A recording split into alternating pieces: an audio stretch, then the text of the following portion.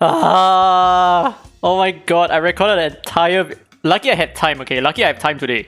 I recorded an entire video talking about Abigail's AI. And I was wrong. Oh my god. Okay, so the way her AI works, which I only just realized, is that she prioritizes her leader. Or prioritizes whoever is towards the first slot. So if your leader is dead, she'll prioritize the next in line. So that's how her AI works. So let's take a look at this one more time. So pay attention to how Abigail uses her third skill. She will use it on Lomian because Lomian is the speed lead here. Take a look at that. Wow, major prediction. No, that's not the case. So the thing is, the good thing about that, well, rather previously I thought how her AI worked in the video that I just recorded, is that she would use it on herself. And I thought she was always going to use it on herself, but that's not the case. That's only the case because I used her as the leader spot. So she's going to prioritize whoever is in a leader spot, and that is pretty decent. So at least there's a little bit of flexibility in the way you want to put her so that she can channel a certain Esper to move next. So in terms of PvE content, that's going to be excellent, right? In terms of auto content, auto repeat content. So for example, Shadow Gale, Shadow Stream, I think it's not bad, although I don't think it's that good because you generally want speed leads in those two different Desolate Land bosses. So you might not want to have a HP lead like her for her to abuse her AI in that sense. But I do feel like she is still okay. She's still quite relevant if you're going to use her in the shadow bosses. Just that probably have to forgo your speed lead if you want her to just buff herself. Now it's a really good thing that she has a whole ton of buffs on herself, right? And that her AI works the way it does. But do I necessarily feel like she is going to be game breaking in PvE content? Previously I thought that if she continued to buff herself, that would be super insane because then she's going to be amazing in Shadow Gale and Shadow Stream because you're still going to have the speed lead. But now, it's not really the case anymore. She's just a typical normal buffer, just that she has a lot of buffs on herself. So in terms of Holo Battle, I think my opinion still stays. She is okay. She's okay in Holo Battle, but it doesn't change the fact that in most Holo Battles that I run nowadays, I'm just nuking everything. I'm just like blowing through every single content in, every single defense in Holo Battle. Well, as long as I play it smartly, of course. So I don't necessarily feel like reviving an ally is going to make a huge difference in terms of this kind of PvP content. And do I think that Holo Battle is endgame PvP? Absolutely not. You're not going to lose any of your Espers, even if your Espers die. So the difficulty there has been greatly minimized. And I know they did it just because there are a lot of JJ defenses lying around. But in terms of RTA, where I think the true endgame content is at, I do feel like she is going to be quite useful, especially if you knock out especially one of your allies die rather, then she's going to revive that ally. And if that ally is going to be an Esper like Gaius or Liling, the Liling or the Gaius is just going to come back with 100% AP with an attack buff, and when they attack, they are most likely going to regenerate their HP all the way to the cap because she does provide a lifesteal buff.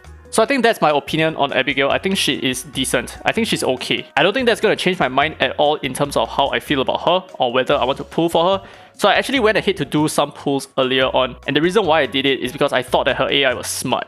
God damn it, I wasted a bunch of SSMs. So I'll probably chuck the summoning video towards the end of this video, so you can go ahead and check it out towards the end of the video. Now we are on the topic of the event. Let's take a look at what the Shadow Breakout can provide for us, right? So every single difficulty costs you 8 stamina. That means that on difficulty 10, you're going to gain 5 bullets per stamina, which is probably like the biggest bang for buck as opposed to the rest of the difficulties. So for example, in difficulty 9, you have 36 over here, and in difficulty 8, you have 34, blah blah blah, so it reduces. So in terms of efficiency, floor 10 is probably where you want to be, but I do understand that it is also quite challenging, especially because of the twins. So what I would highly recommend to you guys is to bring Espers like Lomian or Pritzker, who are really good with AoE control, and if you need to, bring an Anki Chai as well so that you can reset your cooldown so that you can throw it out a little bit more often as well. So let's work with difficulty 10 here, and knowing that every 8 stamina is going to give you 40 of the event currency here, which is also the basic Divine Bullet. Let's take a look at what I would prioritize if I were you, right? So for example, the most important thing to me is probably going to be the SSMs. I think this is a must buy. Just buy it off whenever you see it, right? Whenever you can, just buy it off. And second in line is probably going to be the Epic Abilimon. I do feel like this has immense value.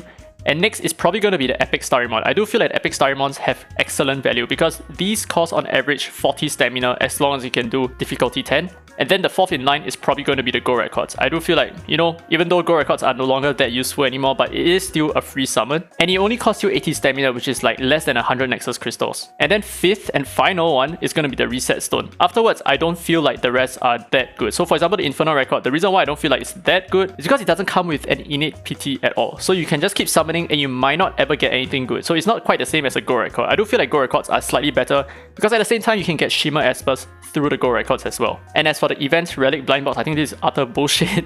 And for the elite divine wave op pack, I think this is okay. I think it's okay. It takes you 8 entire runs just to buy 1 copy of this, which may be a little bit better for your stamina, but I don't think it's necessarily something that you want to chase for. The story voucher is completely skippable, and I think the military box, for what it's worth, is probably not that good. So if you're facing some difficulty with the 10th difficulty, what I might suggest to you is to progress in this direction that I'm going right now. So I've upgraded this to level 3 and I've upgraded this to level 1. And I think this is a great starting point. So what I'm talking about is having this at level 3 and then going level 1 here, level 1 here, and level 1 over here, and then moving this up to level 3 so that you can at least unlock 1 copy of absolute defense. And the reason why this is so good is because if you are going to be using Abigail in your 10th difficulty team, which I highly recommend that you should, is that whenever she gives your team the lifesteal buff, your team will then grant themselves a shield whenever they attack, because they are going to, overflow a little bit of DPS into lifesteal, which is then translated into a shield. And my next goal right now is to probably level this to level 3 so that I can get a couple of levels into opportune timing, which is, I think, not bad. It's not necessary, but I think it's okay. And maybe one more thing to add is because I'm going with the emergency support, some of the espers that can be quite useful for you is number 1, Berenice, because Berenice gives your team a very thick shield. And that shield is going to increase your defense as well because of this buff. But for Laura, I don't think Laura is really that good. I've tried using Laura, but the shield effect that she grants to your team is very, very small. It's like about 6,000 or something like that for my own Laura. And that is not amazing in any way, shape or form. And the final thing that I want to talk about is probably going to be the assessments. And the thing is, my nightmare actually came true. So this, like I said earlier, you do not have a set of espers to choose from. You have to use your own espers, which means that I don't really have a lot to talk about for this because just throw your best espers, clear it as fast as you can, and that's about it. But if you're curious to know how I achieve some of these timings, right? Like for example, 114 remaining turns here, 113, 112. The way I did it is to just keep resetting the run until, like for example for the 5th floor here, I keep resetting the run until she targets the Renzi to buff up. So when she buffs Renzi at the start, Renzi has a low cooldown, so he's not going to be able to AoE taunt your team all that often. And if he fails to AoE taunt, that's okay, you can go crazy afterwards. But if she decides to buff up the Jiang Jiuli here and he uses his 3rd skill to AoE taunt, he has a lot more accuracy, and that is most of the time going to screw up your runs, well, or rather make you take a few more turns just to complete this stage. But if she does target Elliot, I think it's not bad because he single targets as well, and I feel like his accuracy is not that good. So as long as he gets resisted, you're all good, right?